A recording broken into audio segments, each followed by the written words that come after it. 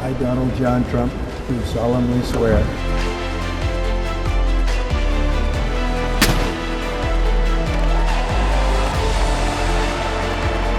The golden age of America begins right now.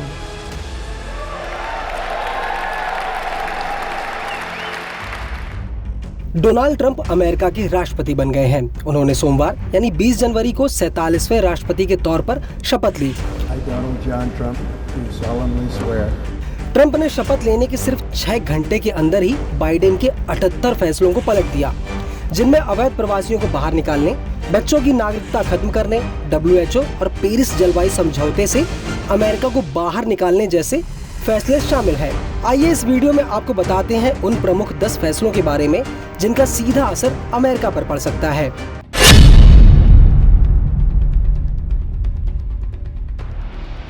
सबसे पहले बात करते हैं ट्रंप के पहले फैसले की। शपथ लेने के बाद ट्रंप ने कहा, आज से अमेरिकी सरकार के लिए सिर्फ 2 जेंडर होंगे, पुरुष और महिला। अब सवाल ये है कि आखिर ट्रंप ने ऐसा क्यों कहा?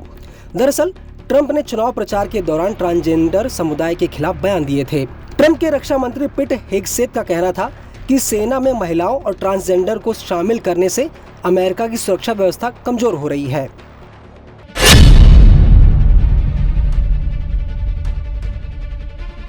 ट्रंप ने अमेरिका को विश्व स्वास्थ्य संगठन यानी WHO से हटा लिया है।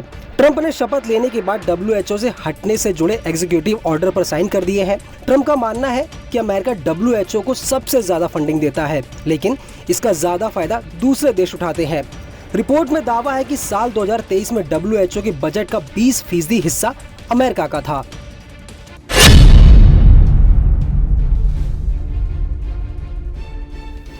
डोनाल्ड ट्रंप ने एग्जीक्यूटिव ऑर्डर के जरिए Chinese social media app TikTok पर बैन लगाने के कानून को 75 दिनों के लिए रोक दिया है। इससे पहले जो बाइडेन ने टिकटॉक पर बैन लगाने के लिए कानून बनाया था। अब सवाल ये है कि आखिर ट्रंप ने बैन हटाया क्यों? दरअसल ट्रंप ने इलेक्शन कैंपेन के दौरान प्रचार के लिए टिकटॉक का खूब इस्तेमाल किया था।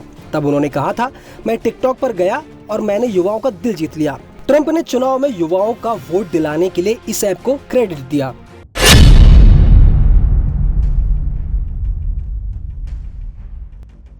ट्रंप ने देश में अवैध प्रवासियों की एंट्री बैन करने और अवैध प्रवासियों को पकड़कर बॉर्डर पर छोड़ने की पॉलिसी खत्म करने की बात कही।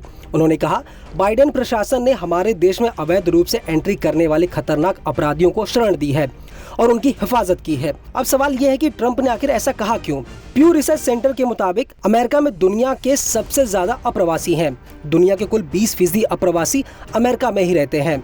साल 2023 तक यहाँ रहने वाले अप्रवासियों की संख्या 4.78 करोड़ थी। ट्रंप का मानना है कि दूसरे देशों से लोग अवैध तरीके से अमेरिका में घुसकर अपराध करते हैं।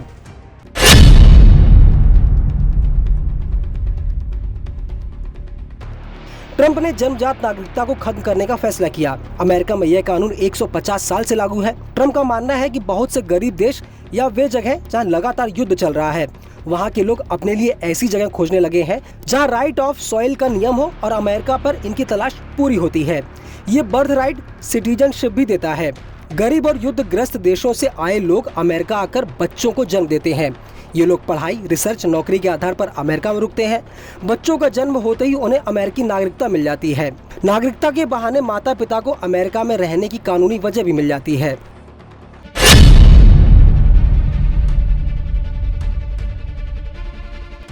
ट्रंप ने अमेरिका मैक्सिको के दक्षिणी बॉर्डर पर इमरजेंसी लागू करने की बात कही। उन्होंने कहा कि यहां से होने वाली सभी अवैध एंट्री पर रोक लगाई जाएगी।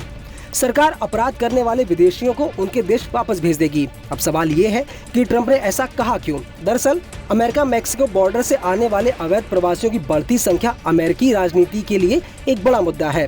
ट्रंप का कहना है कि यहाँ से अवैध प्रवासी और अपराधी अमेरिका में एंट्री करते हैं। ट्रंप इस बॉर्डर पर दीवार बनाने की बात तक कह चुके हैं।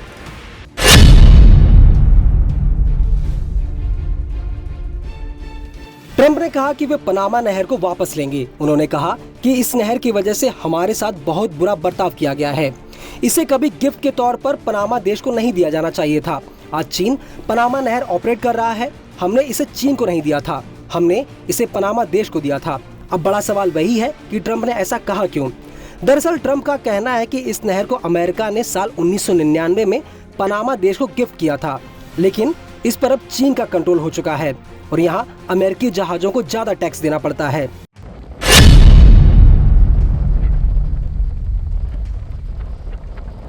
ट्रंप ने मैक्सिको की खाड़ी का नाम बदलकर अमेरिका की खाड़ी करने का ऐलान किया है। ट्रंप का मानना है कि इस इलाके में अमेरिका की ज्यादा मौजूदगी है। अमेरिका इस इलाके में सबसे ज्यादा एक्टिविटी करता है और इसीलिए यह जगह अमेरिका की है।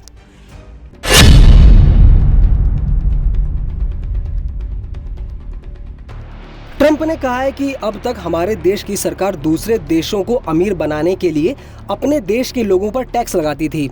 हम इसे बदलने जा रहे हैं। अब हम अपने देश के लोगों को अमीर बनाने के लिए अन्य देशों पर टैरिफ और टैक्स लगाएंगे। दरअसल ट्रंप ने चुनाव जीतने के बाद ब्रिक्स देशों पर 100% टैरिफ लगाने की धमकी दी थी। इसके अलावा वो चीन, कनाडा और मैक्सिको पर भारी भरकम टैरिफ लगाने की भी धमकी दे चुके हैं।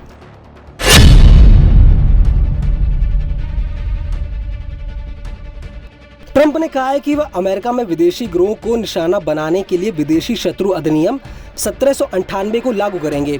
इस कानूनी अधिकार का इस्तेमाल आखिरी बार सेकेंड वर्ल्ड वॉर के समय जापानी, जर्मन और इटली मूल के गैर अमेरिकी नागरिकों को बंदी बनाने के लिए किया गया था। दरअसल ट्रंप का दावा है कि यह कानून उनकी सरकार को कई अधिकार देगा, जिसकी मदद से अमेरिका से सभी संदिग्ध ड्रग गिरोहों को बाहर निकाला जा सकेगा। फिलहाल ये खबर आपको कैसी लगी हमें कमेंट करके जरूर बताएं और देश दुनिया की ऐसी खबरों के लिए बने रहिए न्यूज़ 18 इंडिया के साथ।